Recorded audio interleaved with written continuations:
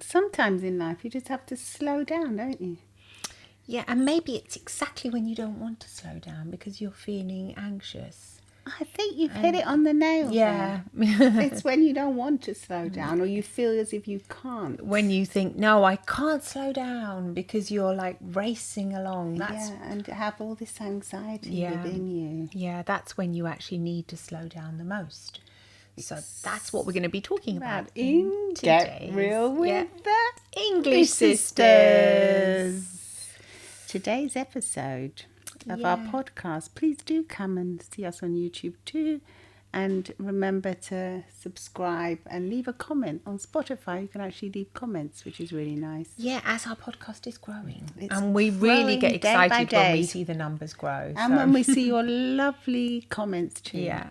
So, yeah, right, let's get cracking. So, yeah, or let's get not cracking, let's get slowing. Let's Make it into a... Slow down. Slow down. Slow. Cut it out. Yeah, you want to slow down, man. Yep. It's like when you have anxiety, you have to take a deep breath and then you focus on 3 things in the room, don't you? Focus on your feet on the ground, how your breath is, slow it down, take a deep breath. Yeah, what it feels like to be sitting in whatever chair if you're sitting, or what your clothes feel like against your body. And what these things do is that they bring you immediately back into the moment. Into the present moment, instead of a racing mind. Exactly. Because your mind can be going like 100 kilometers or miles an hour, and your With so many body different is just thoughts. actually standing still. You're not even running. Yeah, but you feel as if you're running. You feel as if you're on a roller coaster. Yeah, with anxiety it can be like that, you know, especially with recurring thoughts. The recurring thoughts are the worst. They are the worst, yeah. And I mean, I know from experience they're horrible. I know from our clients what they tell us, they can't sleep at night many times because the thought just keeps on popping in. I mean, how do you get rid of these recurring thoughts? Well, you have to cut them in half. You have to imagine you have a pair of scissors and you just cut them in half. You cut the thread as if they're coming in on a thread, like on a tape or a piece of string, and you just cut it. You cut it and set it free. Yeah. And You say thank you to your float. brain. Yeah. You say thank you. You've reminded me, or I know I need to get that done, or I'm processing this. But now, once you've accepted it, it's time for rest. It's time for rest. Yeah, and you cut it free. And you can also do that by taking a few deep breaths and thinking of your favorite color, something along those lines. Yes. Yeah, colour does help me to a certain point. But, you know, I do like to imagine like the cutting and, you know, things like that. Practical so, things. Yeah, so like as if you had a tool. Yeah, exactly. Yeah, like cutting the thread or, you know, like... If you can imagine it also like as if they're all in a balloon, your thoughts, and then you're holding the balloon and then you just let the balloon go and it floats away. Oh, the relief. Yes. You know, you feel so much lighter when these things are let go of. And it's, you know, they're things that you worry about. That's why what a recurring thought is. Basically, it's worry and worry and worry. And you know what they say about worry, 80% of it never actually happens.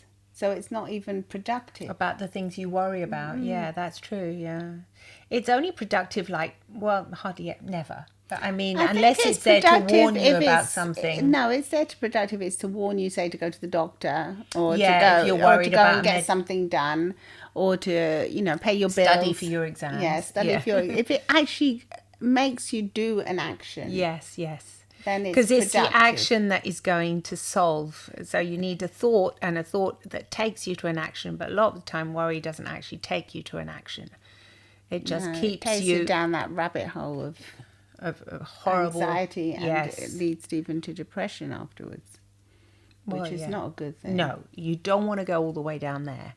No, you want to lighten up, lighten your load up, and definitely, be able to let the balloon float up and feel so much lighter, like the weight is literally lifted off your shoulders.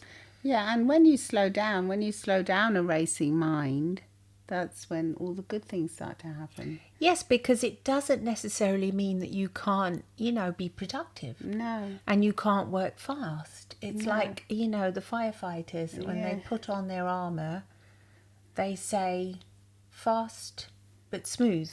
Yes. Well, at least that's what I watched in a TV programme. I have no idea if you're a real firefighter out there. I always say that's not true. It's not true. I watched this episode of this firefighters thing, and I thought that's quite a good motto, though, because she was teaching the trainees to do it really fast, but at the same time to go really smooth.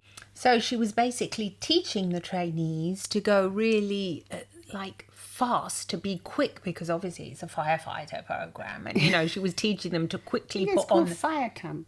Well, whatever, yeah, and at the same time to do it really smoothly.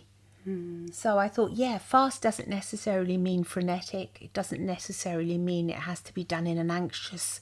It can be done fast but smooth, fast and efficient. Yeah, like you see sometimes in those massive cooking programs, when each one is doing their thing. Like in the top restaurants or something, you see they've got a line going, and it's going, obviously, unless it's in Hell's Kitchen or something, it's all going really... Where they're all swearing at each other. Well, that's why it's called Hell. But in an organised kitchen, it has to be like that, because otherwise nothing would get done. Exactly. So it's fast, but it's all smooth. So you're smooth. It goes. You're calm while you're doing it. Because I think if you're a chef and you're in that meditative state of just getting things done, you're almost like in meditation. You're like in a heightened state of focused attention. You are definitely in a heightened state. So you're just focused on doing that, and that's your job, and you're just doing it calmly and slowly. Exactly. Yeah, definitely. Even though you're getting it all done on time. Yeah, because you would think, gosh, that must be. But you notice when you do things really rushed, the onions fall on the floor. Oh, it's terrible. You break a glass. Oh my gosh! When I do things when I'm feeling anxious, they never turn out right. No. I might as well not bother, because it's not going to work. You burn the oil. You burn everything. You try and make something. You say, because your mind wasn't in the right place when you started it. And yet, when you're in the right place, you can go really fast, really focused. Yeah, you chop those onions lovely. Yeah, everything is done like effortlessly. And, it all goes smooth, but fast at the same time. Yeah. So it's not what one would think, that you have to be some kind of a calm monk to get, go through life. No, you can have this kind of state of mind where you do, if you're feeling anxious, you can let go, put them in the balloon, like what you said. There are small techniques that can help you. Yes, just ground yourself a minute and take a deep breath. Yeah, exactly. That really, really does help. Yeah.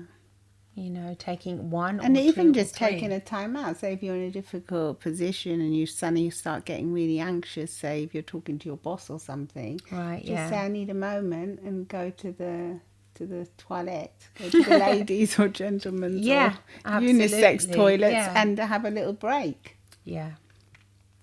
Nothing was ever wiser than doing something like that. Yeah, and then coming back with a calm, collected mind to talk, because when you're over anxious, you either might break down and you may not want to show that vulnerability to your boss. Yeah. Or on the other hand, you might start shouting and getting really irritated. Yeah, so you either break down or you break up, which is not good, or you break out, towards the other person, and that's not good either. So either through vulnerability and, getting very emotional, perhaps crying, or, or maybe like what you said, shouting and becoming aggressive. None of them are the right kind of state you want to be in. Mm-hmm. You want to go smoothly, you want it to be, so you collect yourself a moment, like what you said. By distancing yourself is a good idea in that particular example. Definitely. And so what else can we say about this? Smooth and fast. The essence is... I think it's a snail story in the end, isn't it? Yeah. The tortoise. The tortoise story. The tortoise. Yeah. The tortoise and the hare. Yeah, why did you say I don't know. snail? I think in another country it's called a snail in it. Yeah, yeah. Or what? Well, yeah, it's obviously it's a fairy fable. It's a fable. Yes, it's a fable. The tortoise and the hare. Yeah, yeah. And in the end, the tortoise arrives first, and they can't. They're Exactly, not yeah. supposed to be fast walkers, even though we've seen they do walk quite fast. They are pretty quick. I mean, there's a difference have the between tortoise and turtle. turtles. Yeah, but You have turtles in your garden, and they're pretty fast. are mine turtles? Yeah, Yeah, they're the water turtles. turtle. Yeah, they're not tortoise. Well, I Well, but anyway. if they're water tortoise, they're pretty. They're pretty fast. Pretty speedy. They get out of that pond fast enough, don't they? Anyway, yeah, that is the old age, thing about going slowly sometimes helps, but that used to get a bit on my nerves when I always was, did on mine. yeah, I because never understood it. and I do like to go quite quickly. I Because you am, used to walk fast. yeah, I'm a person that does like to do things pretty quickly. Yeah, but you do need to slow down, though, I don't do, you? yeah, I do have to. No, you're right. I do need to learn to slow down, and when I do slow down, I'm more efficient. Exactly. Maybe sometimes Lesson when learned. things irk you a bit or get on your nerves a bit, it's because there's a lesson to be learned from it. Yeah, maybe, yeah. There's this, it touches a nerve. Definitely, yeah. And you think, why don't I like doing that? Because it's something you need to learn from that. Maybe, Exactly. yeah. So, like, you mean I like doing things? Because Well, you like to do things very quickly. Yeah, I mean, I you're do pretty as quick well as now, well, but yeah. as I've got older. But before, I used to take my time a lot. Well, it depends. If it was like, creating your perfect dress that you wanted for the next day, It you would would be do that really fast. quickly, yeah. Yeah, So, I don't know. depends, suppose. yeah. But I was patient. You were though. I patient. would be very patient. You'd have to go and buy the fabric. It Oh, wasn't like yes, now it's- you order it all online. It was all step by step. Step by step, you're right, It yeah. was all take ages. If you wanted to make a jumper, sometimes you'd have to order the wool. They didn't have it. You'd have to go to lots of But departments. not try and order it find online. You'd have to go to Just this old little order it store online and now. You have to go to a little store. try and find the Even store. if when we were in London, when I was in London, Yes, even then they absolutely. had all the big department stores, but you had to go to each of them to try and find Find the wool it, yeah. you needed and buy Yeah. it all. Sometimes it wasn't in stock, you had to wait. So you're trying to say that perhaps today's modern world is a little bit, Well, very- I'm the saying fastness we of used it. to think that in those days you just said I made the dress Dress and the overnight, jumper yeah. overnight. Yeah, sometimes it was true, but to get the fabric and everything, There was well, patience. obviously there was a lot of patience. Yeah. Sometimes I would just take an old rag, an old curtain, and make something. Yeah. That when I wasn't patient, I would look at to see what Mum had. If she had some old curtains, I would say, "Can I use these?" Yeah, I and then remember make that. A dress. I remember you made a dress once. But but if I did have one, I used to have more patience. But we had the perfect example today at the hairdressers this morning. When the computer broke down and they all started getting so edgy and nervous. And I said, it's only been it wasn't even 10 seconds, I don't think, 20 seconds. Oh, sorry, it's computer's not working.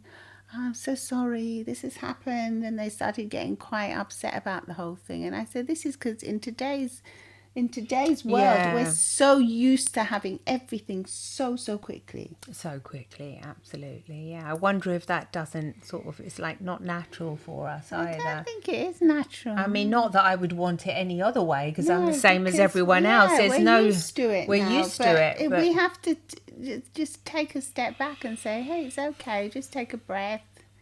Take the opportunity to smile at the person in front of you. Have a little chat. yeah. I do think that is why anxiety has increased so much as well. Mm-hmm. Because our fast-paced society, everything is so fast and so quick. Yeah, we can't get away from that, but we can learn how to manage it. We can learn how to manage it and how to slow down and how to think it's Ourselves okay, in our own mind. And also think if something isn't working or not going right, just take the opportunity to take a breath if something stops working for a minute. Yeah. Or if you're stuck in traffic, take a breath, look at a different road that you might not have seen, a different building. Absolutely. It's all about that in the end. It's about slowing down to have more time. Because if you're stuck in traffic for 15 or 20 minutes, and then you get all worked up about it. Yeah, then you get to the office or wherever you're going and you're all worked up. You're not going to be very productive, are you? No, you've literally wasted that time. Whereas if you're stuck in traffic and you think, I just go over my PowerPoint, or I just go over what I need to do when I get in, you're all calm when you get in. Well, and you're you more just productive. do it much more efficiently and calmly, and you're not even stressed out. No, that is so true. Yeah. Letting go. Letting go. Letting go, definitely. Let us know what you're going to let go of this week. Yeah. And in the weeks to come. And what you're going to keep. And what you're... Hope you keep listening to this podcast. She says with a suspicious look in her eye. Because we're not ready to let go of you. No, we definitely love you not. We love you so much. And thank you so much for listening. So, goodbye for today. Love and smiles from the English sisters. Bye-bye.